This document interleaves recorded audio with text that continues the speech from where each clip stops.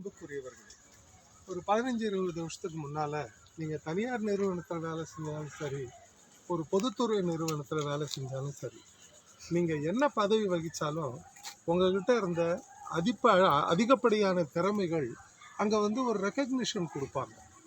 இப்போ உங்கள்கிட்ட ஆக்டிங் திறமை இருக்குது, இல்லை ஒரு ஆர்கனைசிங் ஸ்கில் இருக்குது, உங்களை பாராட்டி அந்த பொறுப்புகளை உங்களுக்கு அதிகப்படியாக அங்கே கொடுத்து அதில் ஒரு சந்தோஷப்படுவாங்க.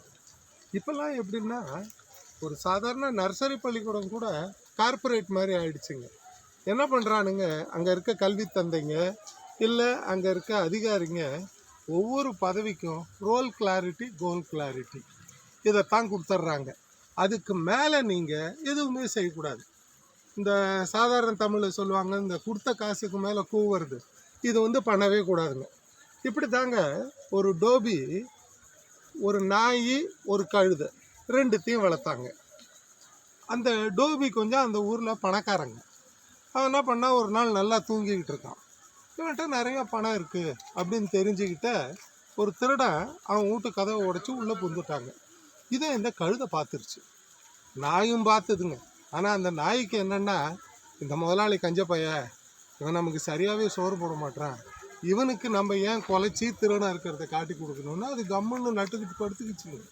ஆனால் இந்த கழுதைக்கு விசுவாசம் தாங்கலைங்க.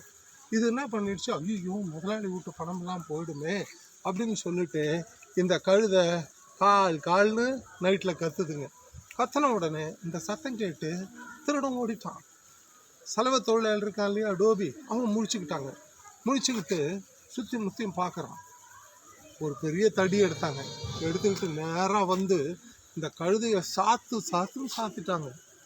நேரங்கட்ட நேரத்தில் கத்தி, என் தூக்கத்தை கெடுக்கிற கழுதை, புத்தி கட்ட கழுதை.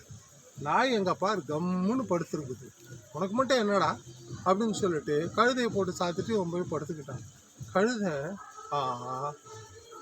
நமக்கு விதிக்கப்பட்ட வேலைக்கு மாறா எது செஞ்சாலும் நமக்கு உததானே கிடைக்குது. நம்ம வேலை இவன் வீட்டை அழுக்கு துணியை சுமந்தா போதும், இவன் வீட்டில் திருடம் பூந்தா நமக்கு என்ன, நாம் கத்தந்தால நமக்கு என்ன ரிவார்டாக கொடுத்தான், உததானே கொடுத்தான். அதனால் மக்களே, கொடுத்த காசுக்கு மேலே போவாதீங்க. ரோல் கிளாரிட்டி, கோல் கிளாரிட்டி, இது போதுங்க. வாழ்க வளம்.